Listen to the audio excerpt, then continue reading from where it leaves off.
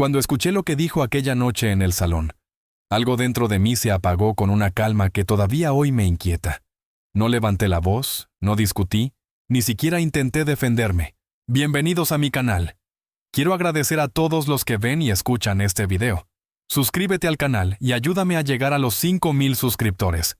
Además, dale me gusta a esta historia. Me esfuerzo mucho en crear cada historia para cada uno de ustedes. Por favor, comparte el video con tus amigos. ¡Disfrútalo!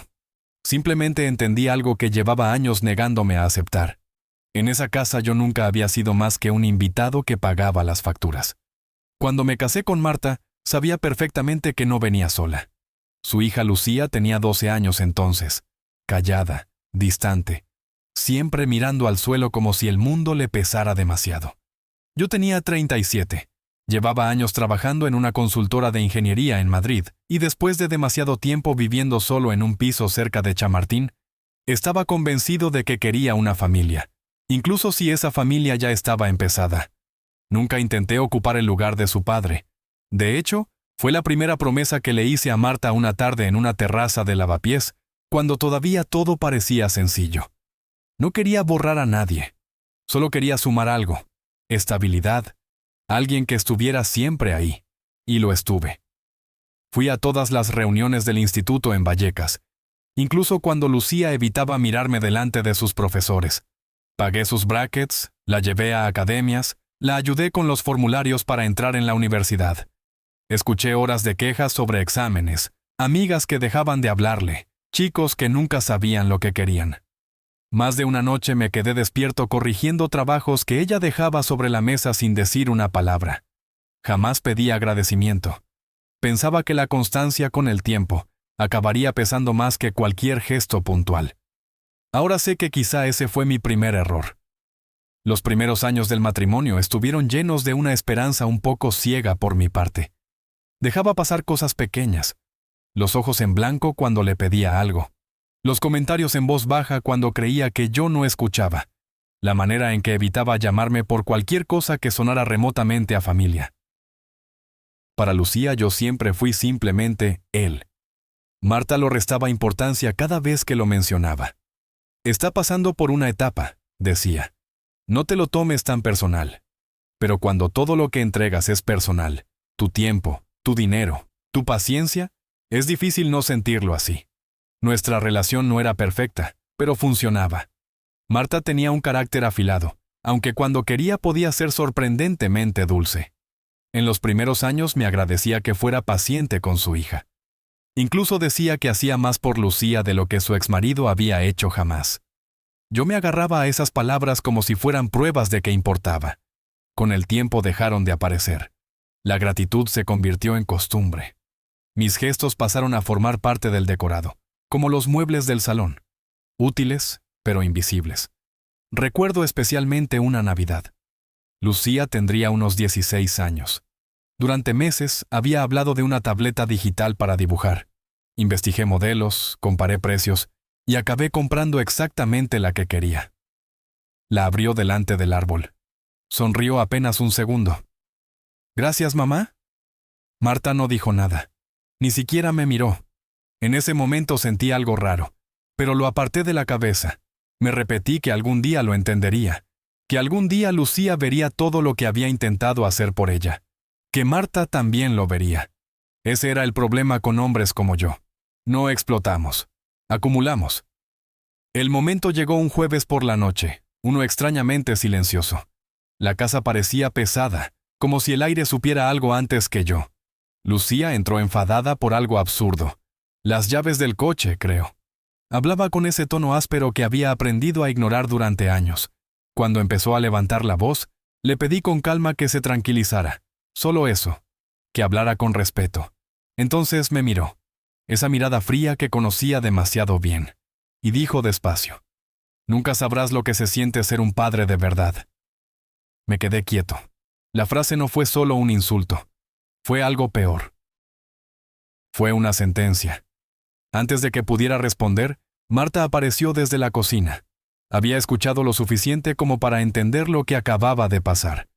Durante un segundo pensé que diría algo, que pondría un límite. En lugar de eso, Sonrió de lado y murmuró: «Te lo mereces». No fue el golpe lo que me dejó sin aire.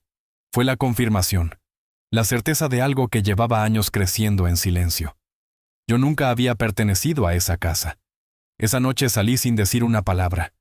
No porque tuviera miedo a discutir, sino porque por primera vez en mucho tiempo, entendí exactamente lo que tenía que hacer después. Cuando el motor de mi coche llevaba casi una hora apagado frente a la casa, entendí que algo ya se había roto de verdad. No fue un estallido ni una decisión impulsiva. Fue más bien una calma rara, incómoda, como cuando por fin aceptas algo que llevabas años evitando mirar. No intenté dormir. Me quedé allí sentado mirando la luz del porche, la misma que había cambiado 2 meses antes porque llevaba semanas parpadeando.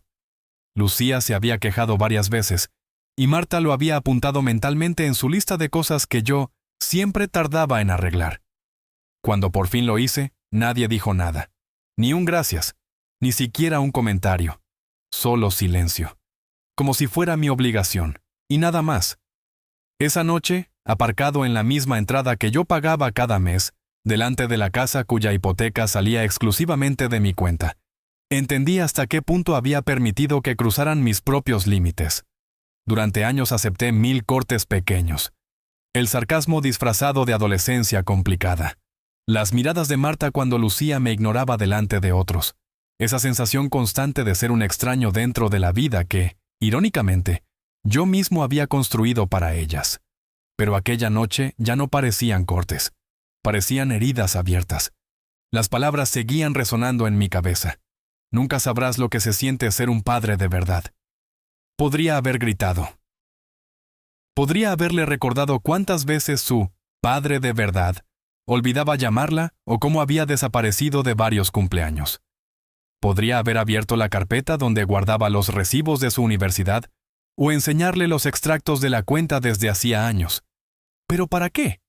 Para demostrar que merecía reconocimiento. No quería discutir por gratitud. Solo quería dejar de sangrar por personas que nunca pensaron en traer vendas. Volví a la casa horas después. Todo estaba oscuro. Marta ya estaba en la cama, de espaldas, iluminada por la pantalla del móvil. Ni siquiera levantó la vista cuando pasé por la puerta. Yo tampoco dije nada. Entré en la habitación de invitados y cerré. No fue un gesto dramático.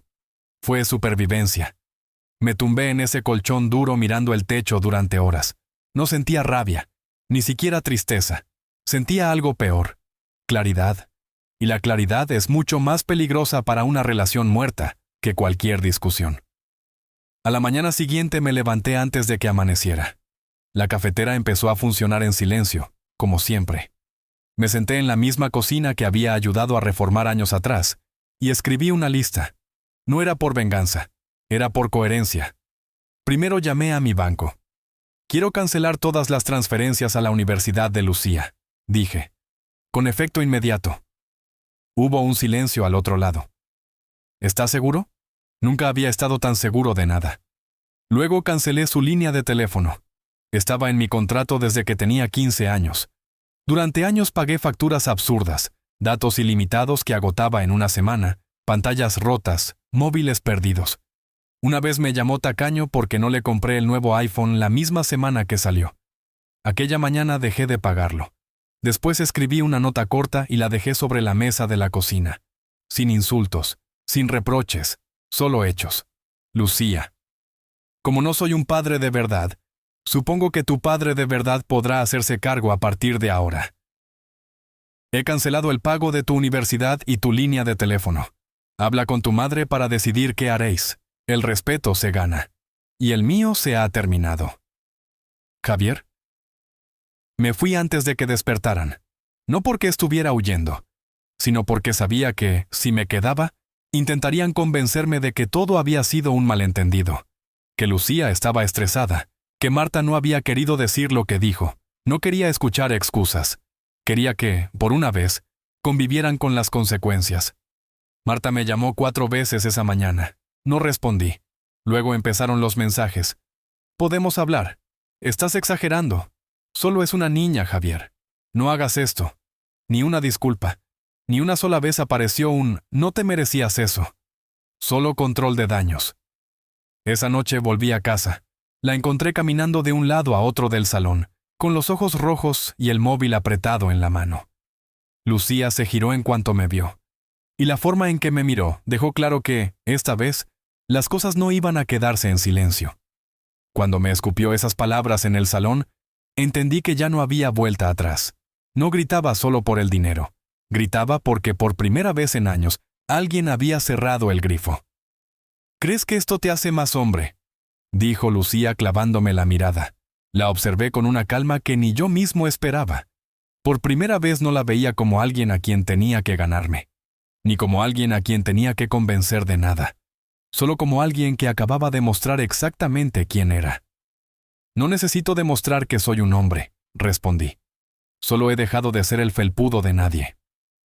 Detrás de ella estaba Marta, apoyada en el marco de la puerta, con los brazos cruzados y esa expresión fría que usaba cuando algo no le gustaba. «Estás exagerando, Javier».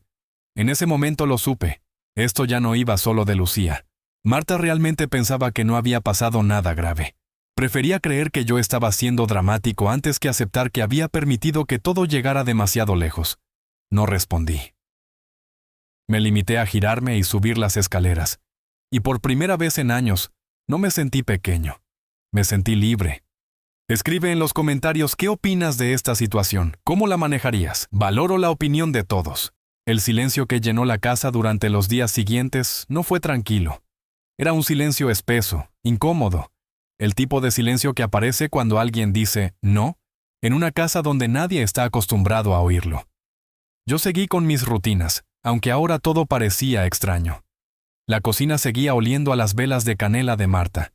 El sofá del salón todavía tenía la marca de tantas noches viendo series, pero el calor había desaparecido. Cuando miraba a Marta o a Lucía era como ver a gente que había conocido en otra vida, una vida que ya no era mía. Al principio Lucía me evitó. Portazos. Música alta en su habitación, pasos pesados por el pasillo, como si volviera a tener 15 años. Yo ya no jugaba a esa casa. 2 días después bajó las escaleras con el móvil en la mano, la cara pálida, tensa. Mi teléfono no funciona. Ni siquiera levanté la vista del periódico. Lo sé. ¿Cómo que lo sabes? Lo cancelé. Parpadeó. ¿Qué? Exactamente lo que has oído. Su mandíbula se tensó. Eres increíble. Doblé el periódico con calma. No. Increíble es que haya permitido esto durante tanto tiempo. Desde el pasillo, Marta intervino con un tono impaciente. ¿Podemos no hacer esto ahora? Lucía tiene los exámenes finales. Necesita el móvil para la universidad. Tiene Wi-Fi, dije. Y si necesita algo más, puede hablar con su padre. La frase cayó en la habitación como una bofetada. Marta se quedó rígida. Lucía soltó un insulto entre dientes mientras subía las escaleras. «Viejo idiota miserable». La escuché perfectamente. No respondí. No porque no estuviera enfadado. Lo estaba. Mucho. Pero había aprendido algo. El silencio corta más profundo que los gritos. Mi silencio se había convertido en un muro. Y por primera vez en años, nadie sabía cómo atravesarlo. Más tarde, Marta me encontró en la cocina. ¿De verdad vas a castigarla por unas palabras? Es una niña, Javier. Tiene 21 años. Se quedó callada. Y además, añadí, no fue la única que habló. Sus ojos se entrecerraron. «Ah, así que ahora también me castigas a mí». La miré fijamente. «¿Te escuchas? Estabas ahí cuando tu hija me humilló. Sonreíste. No dijiste ni una palabra. Pero ahora que el dinero se ha detenido, quieres hablar». Apoyó las manos en las caderas. «Ahora actúas como si fueras la víctima». Negué con la cabeza mientras caminaba hacia la habitación de invitados. «No. Estoy actuando como un hombre que se cansó de ser utilizado». Aquella noche recibí una llamada de un número que no conocía. Cuando contesté, una voz masculina dudó un segundo. «Hola. Soy Sergio, el padre de Lucía. Nunca habíamos hablado, ni una sola vez. Marta me dijo que retiraste el dinero de la universidad.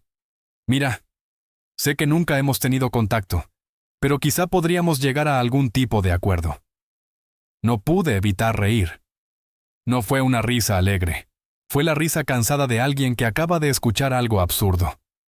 Mire, Sergio, dije. Llevo casi 10 años pagando la vida de una hija que no es mía, mientras usted era un fantasma. Hubo silencio al otro lado. Así que no. No voy a arreglar ahora lo que usted decidió ignorar durante una década. Y cuando colgué, entendí que la verdadera reacción todavía estaba por llegar. Cuando colgué el teléfono aquella noche, algo dentro de mí terminó de romperse.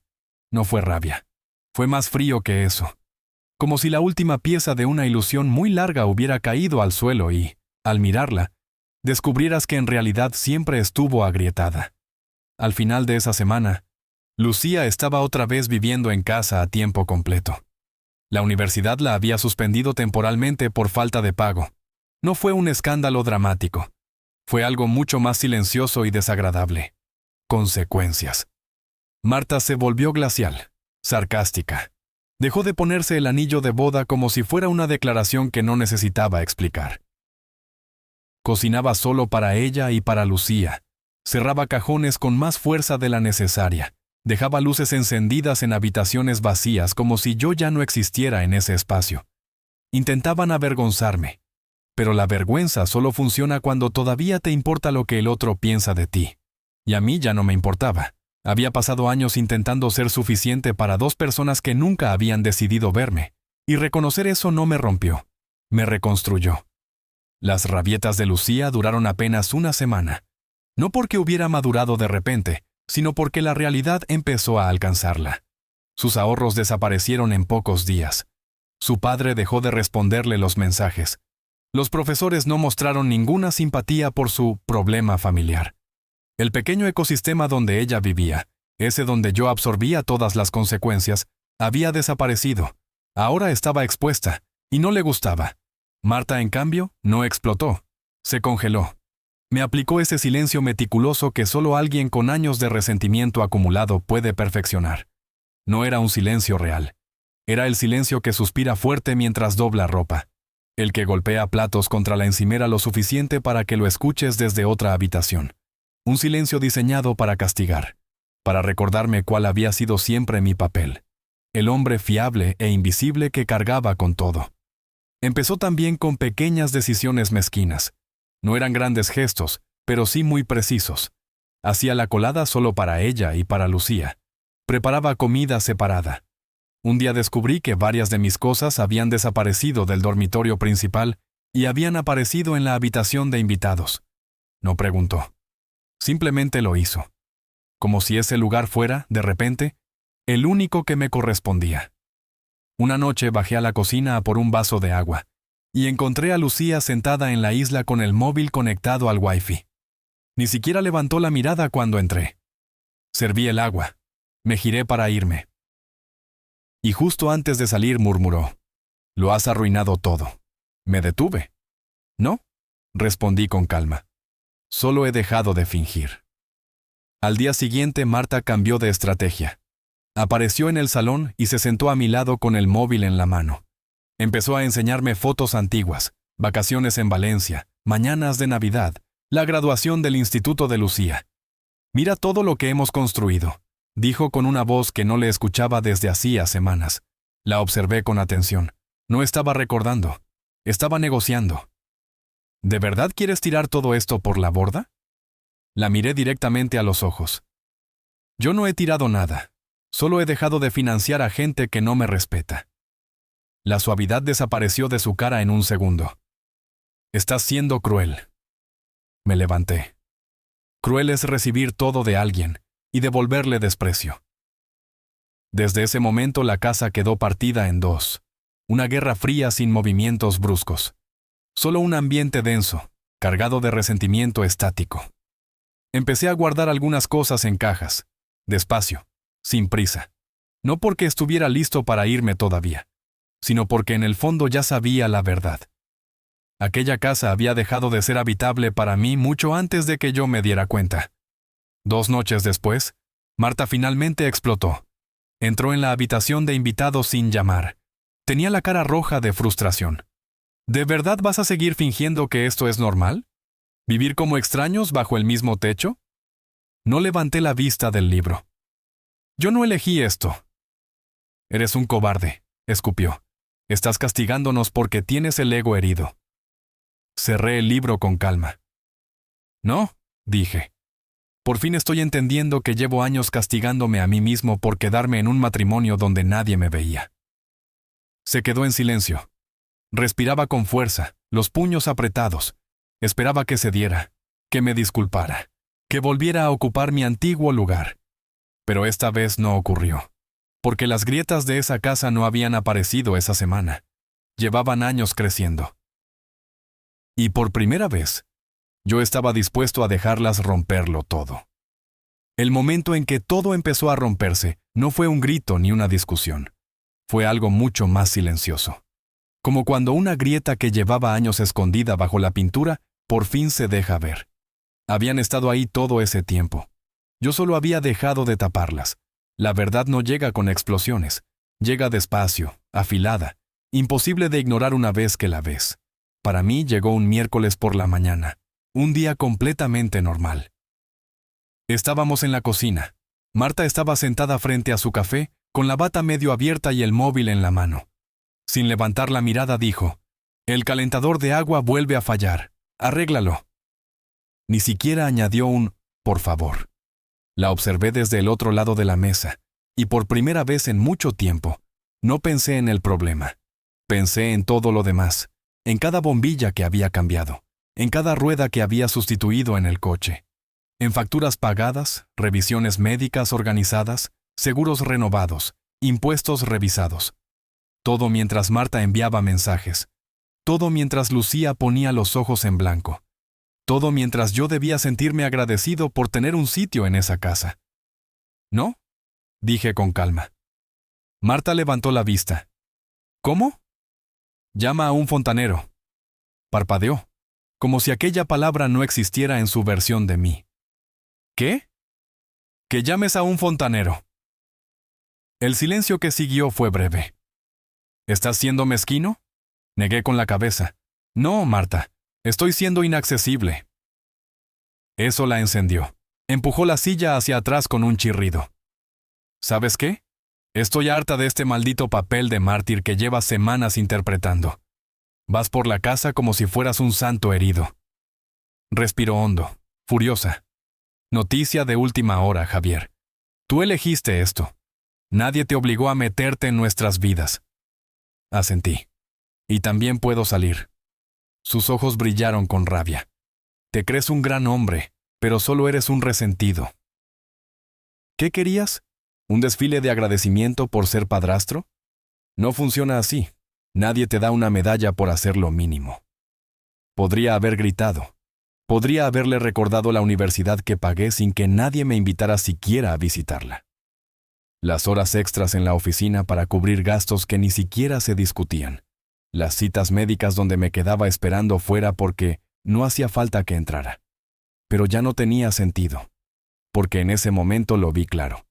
Marta no solo había dejado de defenderme, nunca me había respetado. Todo lo que yo había hecho durante 15 años, para ella, no había sido un regalo. Había sido una deuda que yo debía pagar, y yo ya había terminado de pagarla. Voy a pedir el divorcio, dije. El silencio fue inmediato. Marta se quedó inmóvil. ¿No hablas en serio? Sí hablo en serio. ¿Vas a tirar 15 años a la basura por una pelea? La miré. Esto no fue una pelea. Fueron 15 años intentando ganarme un amor que nunca quisiste dar. Abrió la boca, pero no salió nada. No lo dices en serio, susurró. Pero yo sí, cada parte de mí lo decía. Aquella noche no dormí en la habitación de invitados. Hice una maleta pequeña, reservé una habitación en un hotel tranquilo cerca de Atocha y apagué el teléfono. Me quedé tumbado mirando el techo, igual que tantas noches anteriores. Pero esta vez el aire se sentía diferente, más ligero. Ya no estaba ahogándome en el silencio de aquella casa. Por primera vez en años lo estaba escuchando, y por primera vez en años, me estaba eligiendo a mí. La oficina del abogado olía a cuero viejo y café recién hecho. Curiosamente reconfortante, como si aquel lugar hubiera visto tantas decisiones difíciles que las paredes ya supieran cómo sostenerlas. No llevaba corbata, solo una camisa sencilla y unos vaqueros. No estaba allí para impresionar a nadie, Estaba allí para terminar algo. El abogado era más joven de lo que esperaba, profesional, tranquilo. Deslizó una carpeta hacia mí sobre la mesa. Cuando firmes esto, dijo, comenzará oficialmente el proceso de divorcio. ¿Estás seguro de que quieres hacerlo? Ni siquiera tuve que pensarlo. Nunca he estado tan seguro, asintió. Firmé, y así, 15 años de matrimonio empezaron su cuenta atrás hacia el final. El camino de vuelta a casa, si todavía podía llamarlo así, fue completamente silencioso. Pero esa tranquilidad no duró mucho. Porque cuando aparqué frente a la casa, ya había alguien esperándome. Cuando abrí la puerta aquella tarde, no sentía rabia, ni nervios, ni siquiera tristeza. Lo que sentía era algo más extraño. Claridad, como cuando limpias un espejo empañado después de años, y por primera vez, ves tu reflejo sin las huellas de nadie más encima. Marta estaba en el salón. Lucía no estaba. Seguramente en casa de alguna amiga, contando la historia de cómo me había vuelto el villano de repente. En cuanto entré, Marta vio el sobre en mi mano. ¿Qué es eso?, lo preguntó, pero su mirada ya lo sabía. Papeles de divorcio, dije con calma. Ya están presentados. Se quedó quieta. Durante un segundo pareció que 1000 palabras querían salir de su boca, y murieron antes de llegar a los labios. ¿De verdad vas a hacerlo? Sí. Hice una pausa. Pero no por Lucía. Me miró, confundida. Por ti. Se sentó despacio en el sofá. Sus manos temblaban apenas. Yo pensé que podíamos arreglar esto. Negué con la cabeza. No hay nada que arreglar. La miré directamente. Tú y tu hija dejasteis muy claro quién soy para vosotras. El hombre que paga las facturas. El padre de repuesto. El que no merece ni el respeto más básico. Parecía que quería discutir, pero no encontraba cómo. Así que continué. Cuando Lucía me humilló, no dijiste nada. De hecho, sonreíste. Y cuando por fin puse un límite, me llamaste mezquino. Respiré hondo. No estabas enfadada porque la detuviera. Estabas enfadada porque se terminó el dinero fácil. El silencio llenó el salón. Nunca fui realmente tu marido, Marta, añadí. Fui tu red de seguridad. Sus ojos se llenaron de lágrimas, pero esta vez no me movieron. La gente dice que el divorcio es un fracaso, continué. Pero quedarse en un matrimonio donde eres invisible, eso sí que es fracasar. La miré por última vez. Yo solo estoy dejando de fracasar. Se secó la cara con la mano. Entonces, ¿ya está?, susurró. ¿Se acabó? Asentí. Se acabó el día que me miraste y dijiste, te lo mereces. Ese fue el momento. La última vez que permití que alguien confundiera mi lealtad con debilidad. Dejé el sobre la mesa. Subí a la habitación de invitados. Recogí las últimas cosas que quedaban en una maleta y bajé de nuevo. No hubo discursos. No hubo despedidas dramáticas. Solo el sonido de mis propios pasos saliendo por la puerta. 2 semanas después, me mudé a un pequeño piso cerca del Parque del Retiro. Nada espectacular. Un dormitorio, paredes limpias y una ventana que daba a los árboles del parque. Compré una cafetera nueva, un sofá que realmente me gustaba. Y cada mañana despertaba sin el peso invisible de la decepción de alguien más sobre el pecho.